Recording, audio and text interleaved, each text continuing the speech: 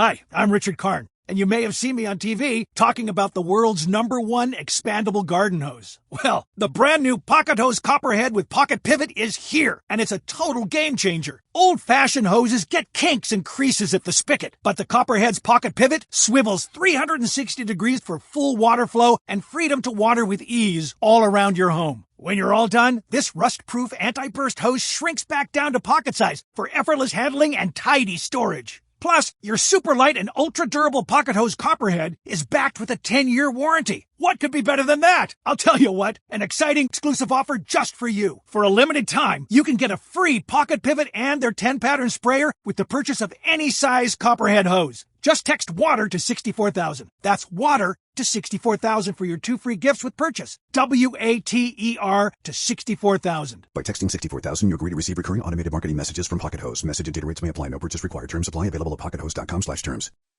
You're listening to Later with Mo Kelly on demand from KFI AM 640.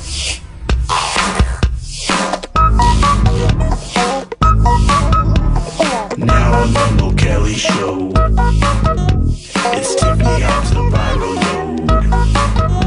She'll speak of all the viral things social media can bring. Facebook, Insta, X, TikTok, the viral load with Tiffany Hobbs. Viral load, viral load, the viral load.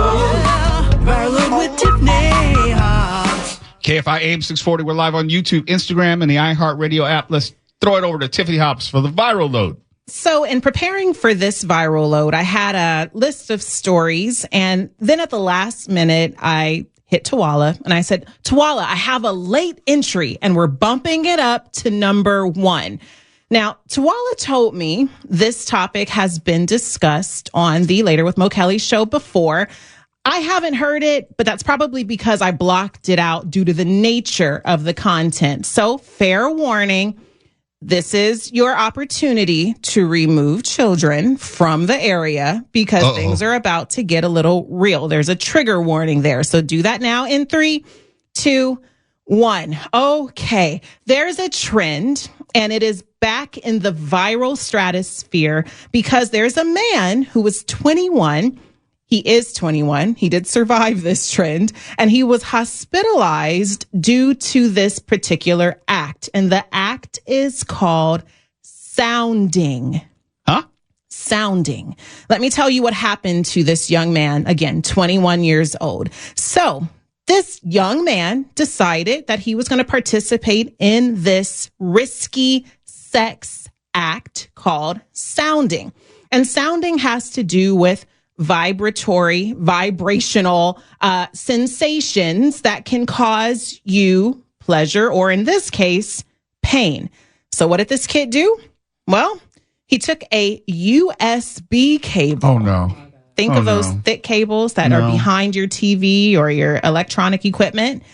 And he inserted the USB cable into his urethra. No. But it does not end. Please, no. It does not end there. The story only gets worse. So the cable itself, a USB cable, is pretty thick. The opening to your urethra is not. So he inserted this U-shaped loop, which left both ends hanging outside of his wang dang doodle. Can I say KFI that? AM 640 live commercial. And it gets better or worse for him. And the cable got stuck. Okay. Of course it did. He thought he was going to put it up there and it was going to come right on out, so to speak. Well, it got stuck. And of course, he had to then go to the emergency room, go to the doctor. Now, other objects should not be, but are often inserted into that same area, including cotton swabs. And I have a list I'll share with you of other things in a moment, but wire cables, not so much. So because he was unable to extract this cable, the emergency room had to perform kind of emergency surgery. They tried at first to do it while he was awake, yanking and pulling on the cable. Stop! to no I wish you could avail. look at Stefan right now. We are like, ooh, ooh, ooh, ooh. This is why women live longer. To no avail. So they had to put him under the emergency room. Doctors did. And they were able to extract the cable using special tools and kind of snipping the cable along the way. They kept him in the hospital for a week for monitoring. He was discharged with painkillers and antibiotics. And a month later, he returned to the hospital for a checkup, showing that he was fine. So he has no lasting damage. That's the upside. Did he use the cable after that to charge his phone? God. Thank you very much.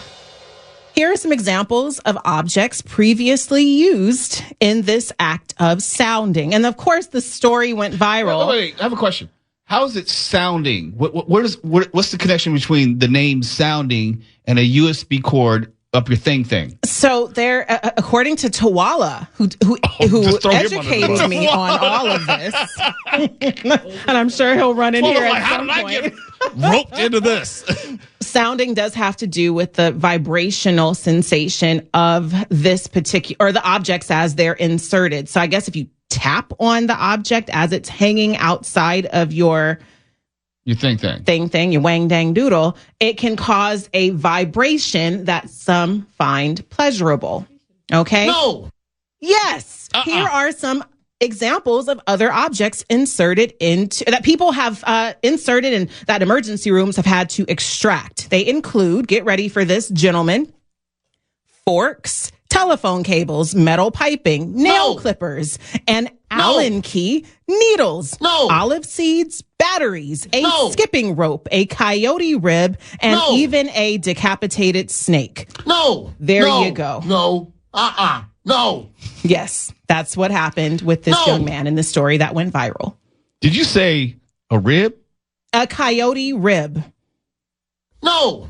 Maybe there's a store somewhere where people are buying these. I'm trying to think, where do you get a coyote rib from? I don't want to know at this point.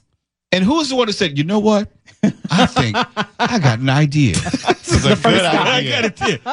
Why don't we take that coyote rib? Who's the first one to do that? And then what's the story that you tell when you go? Obviously, you end up at the doctor. Tawala had a lot of information about it, and I was hoping he could join us for this segment, but I feel like all the men have fled the building at this Here he point. comes. Is he coming? Yeah. Oh, Tawala. He's arriving. Hello, you have arrived. This is real journalism here. You got to hit the other button.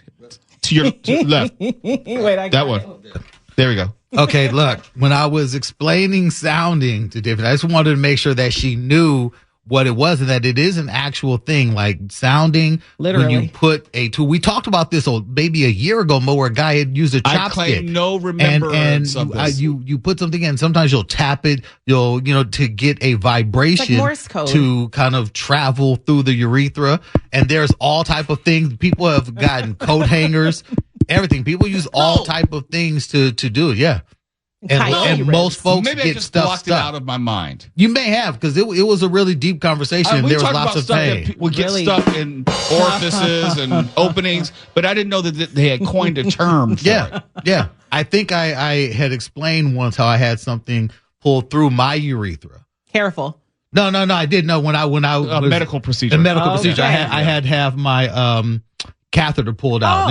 It came through the urethra. I was like, okay, so where's the catheter at? They're like, well, we're going to have to take a hook needle with the camera and go inside your urethra to grab the catheter and then pull it all the way out. And I was awake for this. They shot a numbing solution down in there. And they go deep in with the camera, and they go to break. Feel it, and you feel it pull all the way out. KFI AM 640, we're live. No. Hang on just a second here. I'm not done with this. No. What do you mean done? You needed to start. Well, I think the first problem with the guy is that he used a USB cable when really you want one of those Apple Lightning plugs. You ace-hola. The dongle. Is that it? Aptly named. Are we done before we go to... No. No. I don't know. The Allen wrench I can almost kind of see. But the lingering question here is, Tawala, is there footage of this? You said they had a camera. No, there probably is. There's so much more viral load on the other side. Put this with anytime they use a camera, there's footage. Like there's footage of my colonoscopy. I decline to look at it, but there's footage of it. You should put that up on the YouTube. Surely not. I don't want to see the insides of my intestine. No, I think we need this footage. I did see it when I woke up. No, I was awake while they were doing this. I saw it on camera. I saw them film it while they went in to go get it. Well, we haven't seen it. Mark, you're the only one that wants to see it. I mean, look, I'll call Cedars and see if they'll like drop it for you. Like, you want it? You want on a jump drive, maybe? No drives. Let's just let's keep it streaming, USB? So to speak.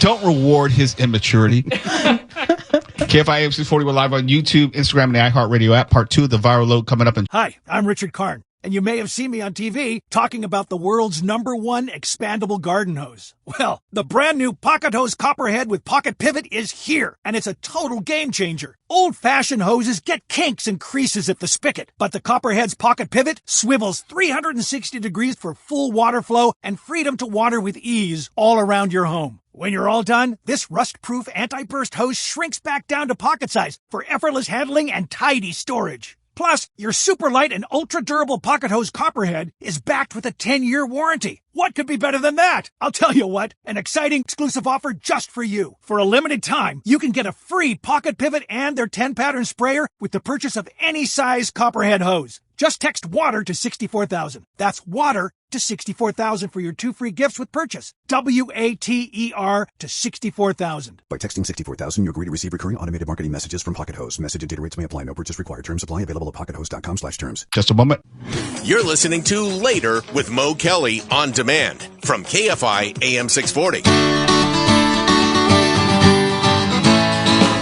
Now it's time for the viral load with Tiffany. Live on KFI's Later with Mo Kelly. She'll talk about the topics on social media. The viral load with Tiffany Hobbs. KFI AM 640. It's Later with Mo Kelly, live on YouTube, Instagram, and the iHeartRadio app. Now here's part 2 of the viral load. So as we all know, AI is highly convincing in some ways, and in other ways you might be able to detect that what you're looking at or listening to even isn't real. But in more cases than not, AI has become extremely realistic, and it's fooling a lot of people. And in one such way people are being fooled is through these AI-generated newscasts. We have a clip of about 3 or 4 newscasters or broadcast journalists, and you're going to hear their voices, but pay very close attention to what they say at the end. Angela Carter here, live from the Cedar Grove flood disaster. Just kidding, I'm not real. This is Dana Brooks reporting live from Ocean View Beach. Just kidding, I'm not real.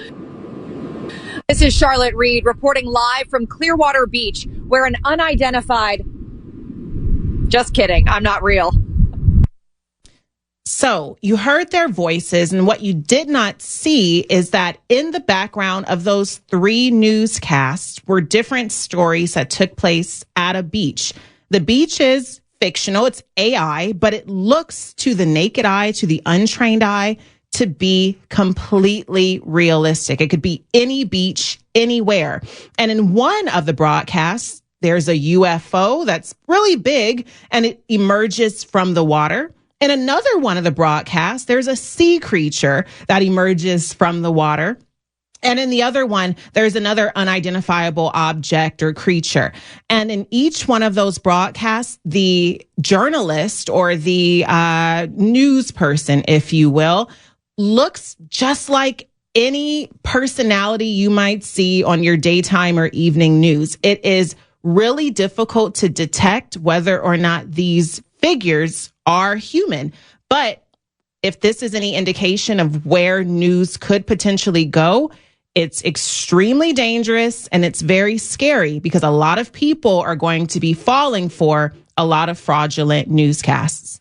Of course they're going to fall for it. Oh, yeah. Because it's about confirmation bias. Yeah. If you believe something, anything that looks halfway legitimate is going to be your evidence to point to. It's like, yes, the world is flat. I saw it on the news. Yeah. And the thing about it is, the people who often believe or fall for these sorts of charades or this fraudulent information aren't people who have that media literacy. We talk about it all the time. They're people who are removed from, I would say, the daily updates about AI, and people who will be very easily influenced by what they're seeing. So that story is going viral. If you're on the YouTube channel here, it's showing in the background, and you can certainly see just how realistic those broadcasts are.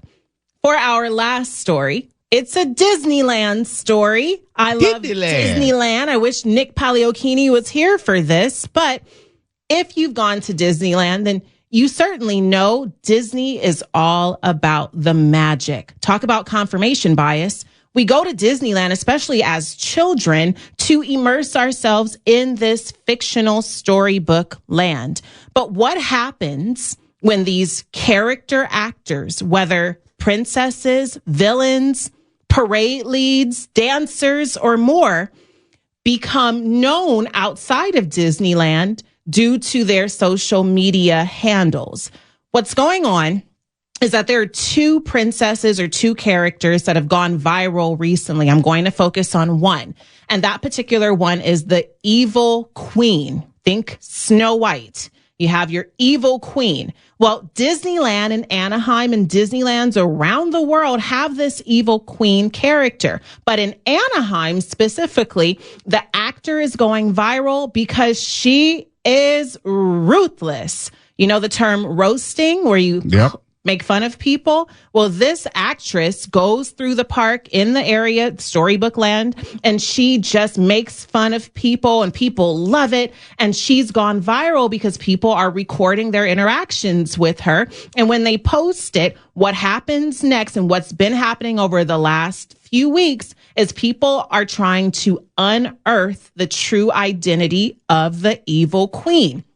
Now, you have all over social media questions about who she really is. And you have quite a few people who have been doing their kind of detective work to figure it out. But thanks to these viral videos and these well-meaning Disney detectives, more and more performers are finding that their jobs are on the line.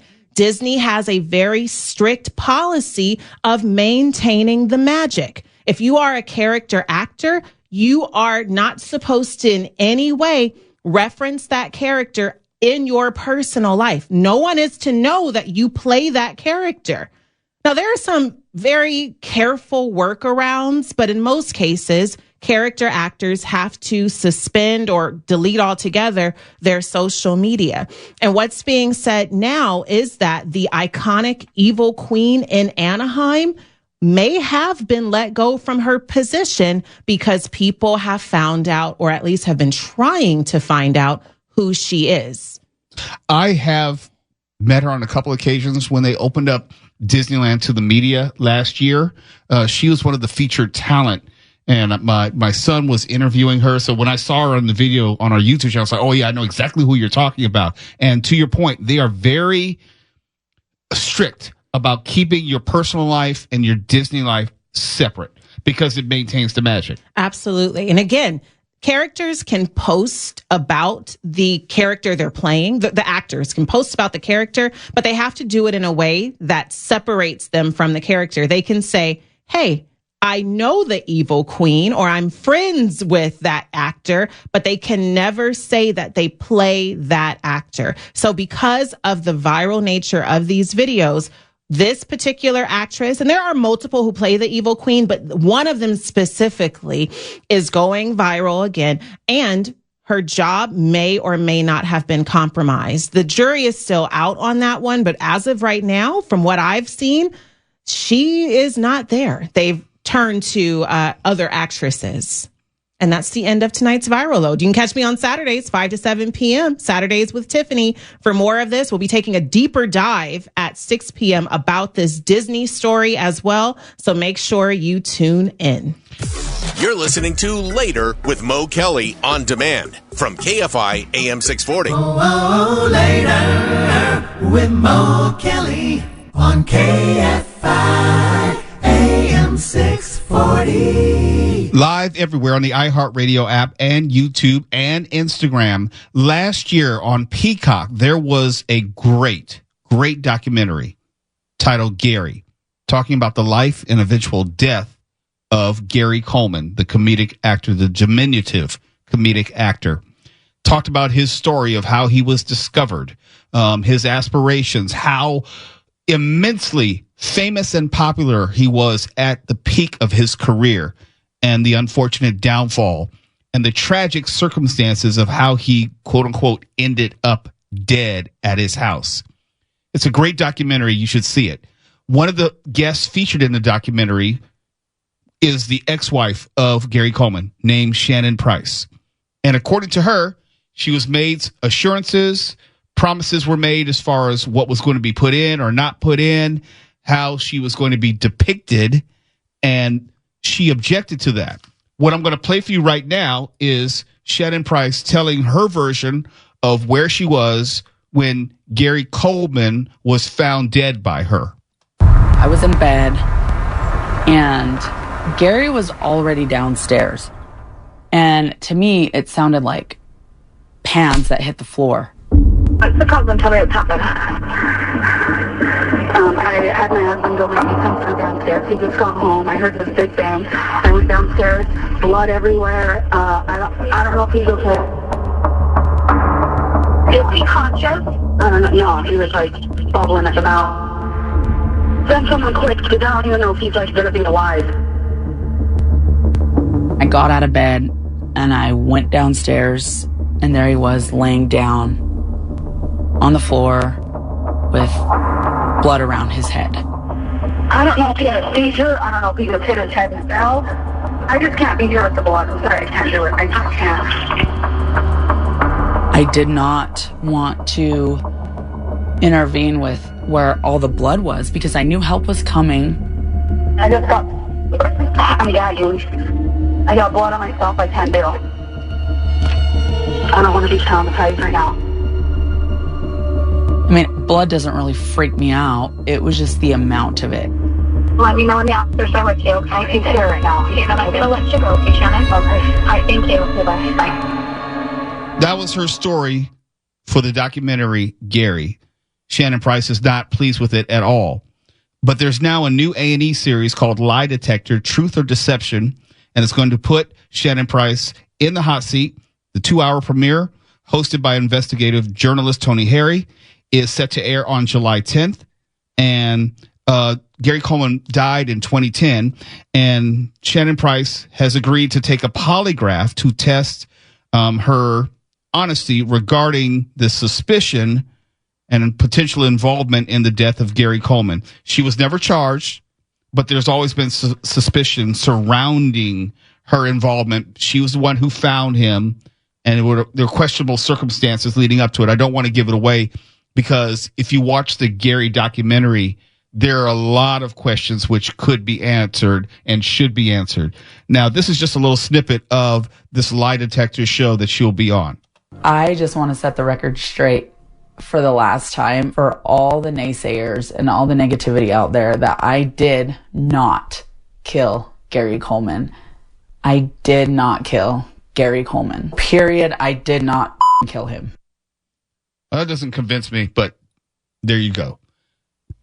Mark, told you at the beginning, I'm going to remind you, it's one of the best documentaries I've seen. And part of the reason is we remember the meteoric rise of Gary Coleman. You kind of know some of the story about how his parents took his money, but when you get down to the granular stuff about what his parents did to undermine him and to rob him and the court battles, and you get to hear it from the parents' mouth as far as what they did and why, he is far more sympathetic. And he sounds like he had a pretty tragic life. He did, from a medical standpoint and a career standpoint. Career standpoint, what his parents did to him, robbing him blind and have him to start over. From a medical standpoint of making him basically go out there and tap dance while he was sick no functioning kidneys, and still trying to maintain some semblance of a lifestyle. All the kids from that show had rough lives, it turns out. Yeah, there's no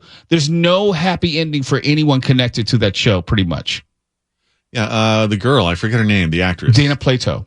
Yeah, didn't she either overdose or commit suicide? It might have been both, but it was definitely overdose or maybe accidental suicide, but it was definitely drug-related. Yeah, showbiz takes a massive toll on kids. And Todd Bridges is part of it. Obviously, he's the only one left from the show. And he sits down and gives a lot of great insight about who Gary Coleman was just as a person, as a kid. He was always seemingly older than he was. You know, he was playing a kid on TV, but he was an adult after a certain point. You know, he did grow up, but because of his kidney issues, he never grew over like maybe 4'5" or 4'6". And Todd Bridges had issues of his own as well. Oh, all sorts of criminal issues, drugs, a litany of things. I can't rattle them all up, but he had a number of run-ins with the law.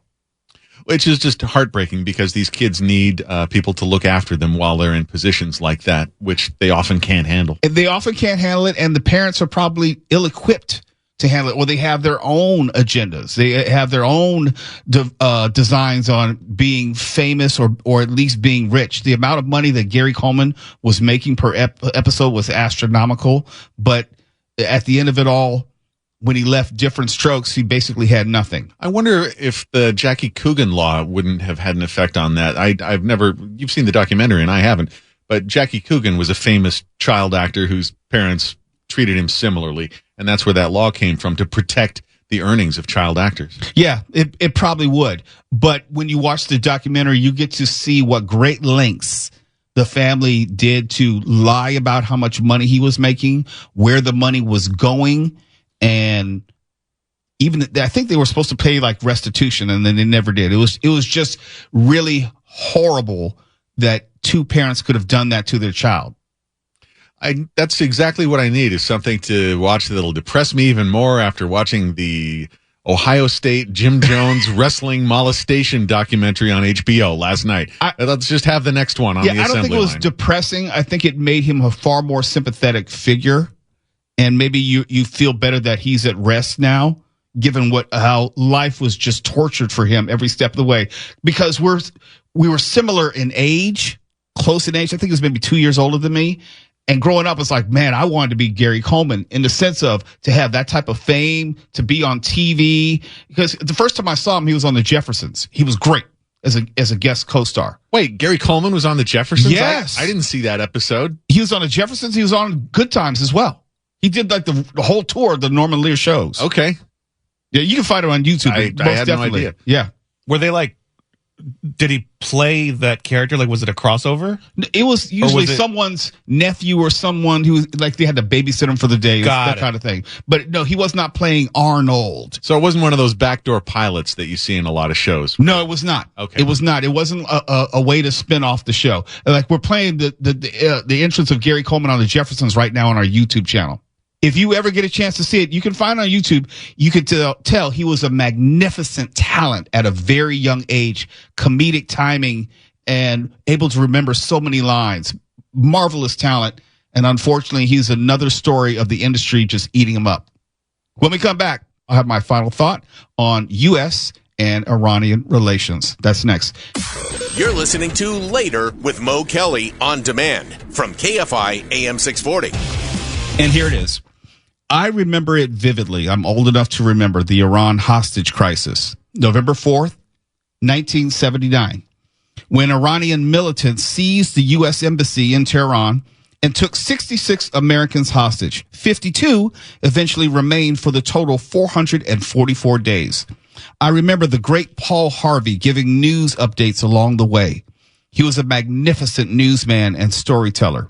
Growing up, talk radio was my only real reference point as to U.S. and Iranian relations. By the time I got to high school, I learned a little bit more of the fullness of the history. How we, as in the United States, helped stage a coup in 1953, overthrowing, get this, an Iranian democratically elected prime minister with the goal of installing a U.S.-friendly dictator. Imagine that. We overthrew the United States, overthrew an actual democracy to instead put in a dictator. Isn't it supposed to work in the other direction? Weren't we supposedly in the business of exporting democracy? Well, not in 1953, we weren't. But it was then that we as in the CIA, along with the British MI6, installed the Shah of Iran. And Shah is Persian for king. The same Shah who was eventually overthrown in 1979 during the Iranian Revolution. The reasoning was that a U.S.-friendly dictator better served our interests, wink, wink, in the Cold War against the Soviet Union. We'd have a puppet friend in the region, and it would be a bulwark against further Soviet expansion, which was a thing back then. Iran bordered the Soviet Union. The newly installed Shah was only 22 years old. Imagine that. The plan was that he would provide stability for possibly 50 to 60 years. And by stability, I mean the constant flow of oil.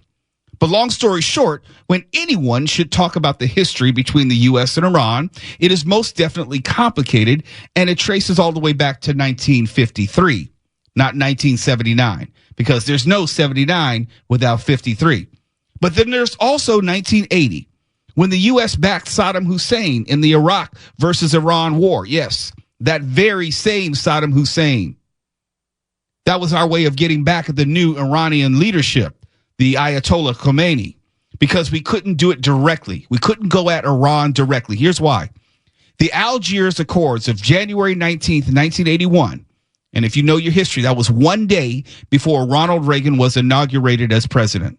Well, the accords were signed to formally end the hostage crisis, but it had stipulations.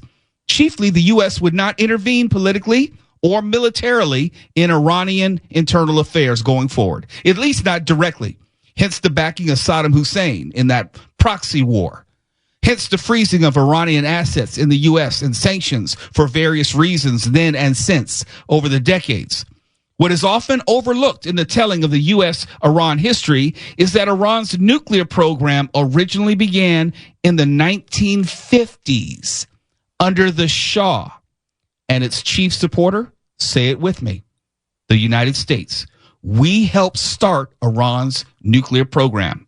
Back then, as I said, Iran shared a border with the Soviet Union. The U.S. couldn't put nukes in Iran. That would be like putting nukes in Cuba like the Soviet Union did years later, and that led to the Cuban Missile Crisis. But if Iran were to, wink, wink, develop nuclear weapons on its own, the geopolitical benefits at that time of a Western supporting Shah installed by the U.S. having nuclear weapons had all sorts of short-term and long-term benefits. But that same nuclear program that was started in the 1950s is now the chief item of contention a half century later. I know, it's complicated. So when Israeli Prime Minister Benjamin Netanyahu says and has been saying that Iran is on the verge of a nuclear weapon, yeah, they've been at that doorstep for decades. It's not an exaggeration. But here's the thing that they leave out, with a lot of help from us. That's one uncomfortable truth.